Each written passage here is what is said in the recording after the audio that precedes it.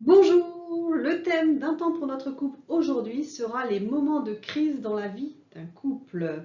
Ce sera la première partie. Je vous laisse écouter, puis vous pourrez prendre le temps d'échanger entre vous. À l'origine, le mot crise vient du grec krisis, qui signifie décision. C'est le moment décisif dans l'évolution d'un processus incertain. Tous les couples vivent des moments difficiles.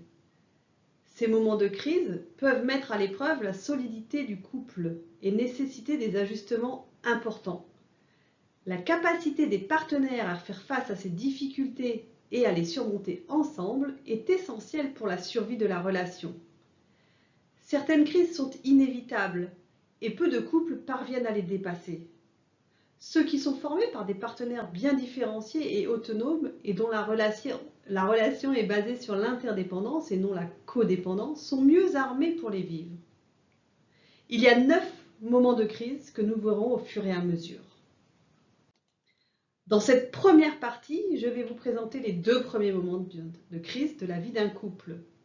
Le temps de la réalité ou la désidéalisation. Le second, ce sera l'arrivée d'un enfant. À chaque moment décrit, n'hésitez pas à faire une pause dans cette vidéo et à vous interroger sur comment ça se passe ou comment ça s'est passé chez vous. Le premier moment, le test de la réalité ou la désidéalisation, se produit lorsque les illusions et les attentes idéalisées de la relation commencent à se dissiper. Les partenaires commencent à voir les défauts de l'autre et doivent apprendre à accepter et à aimer la réalité de leur partenaire. Pendant la phase de séduction, nous avons perçu quelques défauts chez l'autre, mais notre passion surmonte facilement ces détails. Et de toute façon, nous croyons que notre amour ne pourra qu'améliorer et transformer notre partenaire. Mais le couple ne peut vivre uniquement de fantasmes d'amour et d'eau fraîche. Vient un jour où l'on découvre la personne réelle que nous avons choisie. Un jour ou l'autre, parce que nous nous habituons à vivre l'un à côté de l'autre, nous nous laissons aller, à être nous-mêmes, à faire moins d'efforts pour plaire à l'autre, tout en souhaitant que l'autre nous accepte tels que nous sommes. C'est alors que l'on se rend compte que l'autre ne partage pas tout à fait nos points de vue sur la façon d'aimer et de s'investir dans le couple. L'acceptation de l'autre tel qu'il est réellement constitue un premier point critique dans l'évolution de tout couple. Cette première crise est inévitable et arrive généralement entre la 3e et la 5e année après le début de la relation. Les membres des couples heureux à long terme savent que le véritable amour est celui qui survit au fantasme et à la passion du début.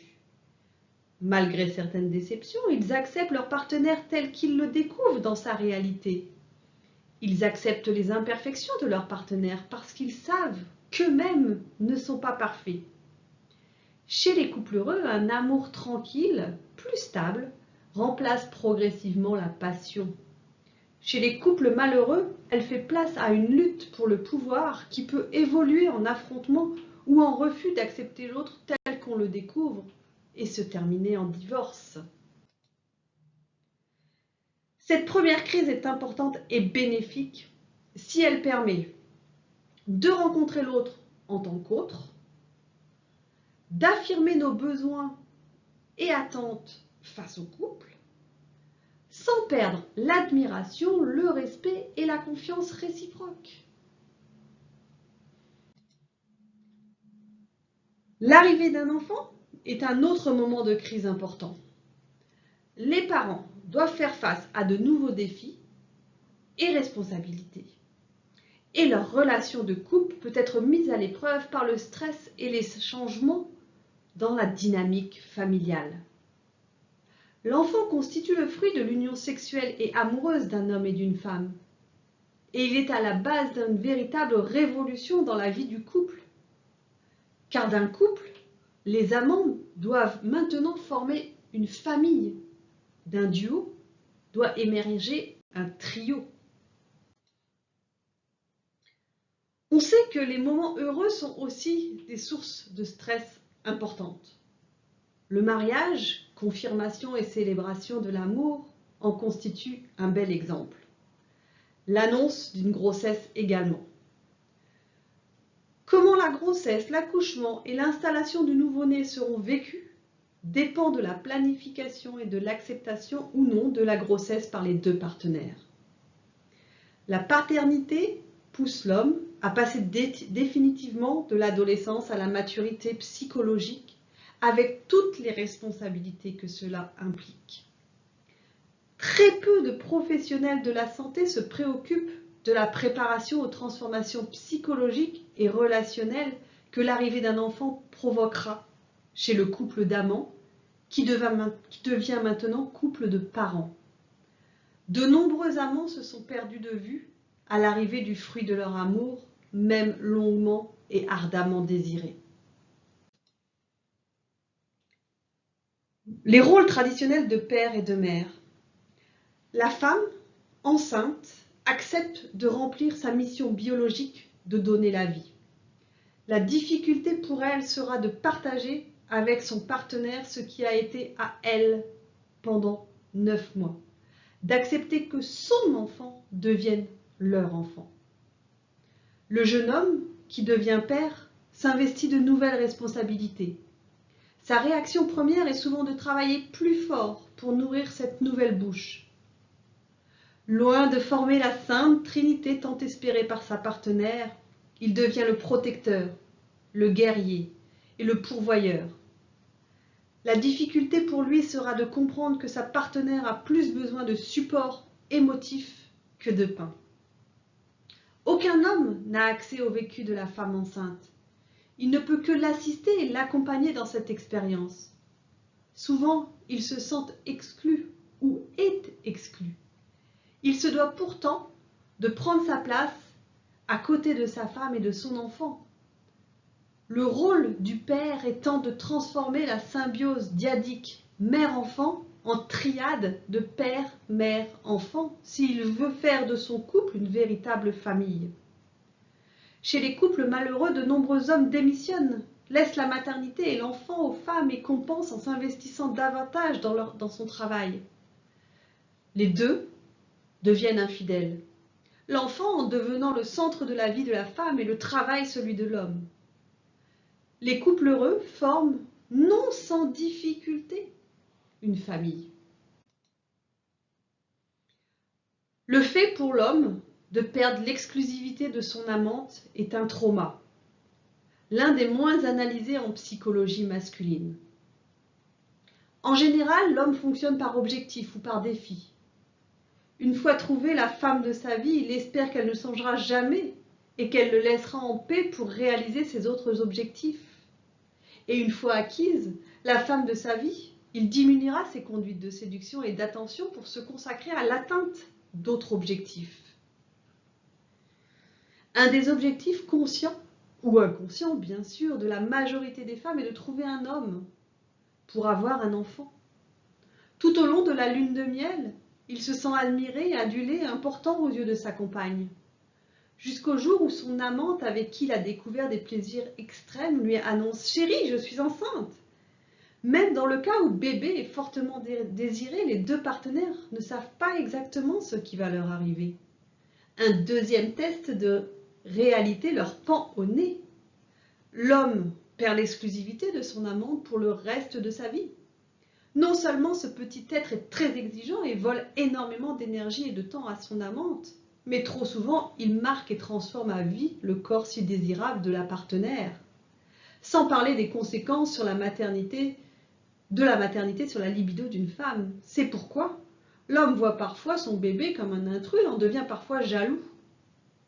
Le taux d'infidélité masculine augmente dans l'année suivant l'arrivée d'un enfant, l'homme retrouvant dans les bras d'une autre femme l'attention exclusive qu'il vient de perdre. L'enfant, un dictateur. Un nouveau-né, c'est aussi un être très dépendant qui aura besoin de plusieurs années avant de pouvoir assumer la responsabilité de ses besoins. Non seulement ce nouveau-né n'est pas arrivé avec un mode d'emploi, mais il n'a ni horaire, ni compassion pour les besoins d'autrui ou l'état de fatigue de ses géniteurs. Et non, les deux parents ne s'attendaient pas à toutes ces corvées et ce chamboulement dans leur vie. Jusqu'alors plutôt tranquille et remplie de loisirs et d'activités festives organisées à deux.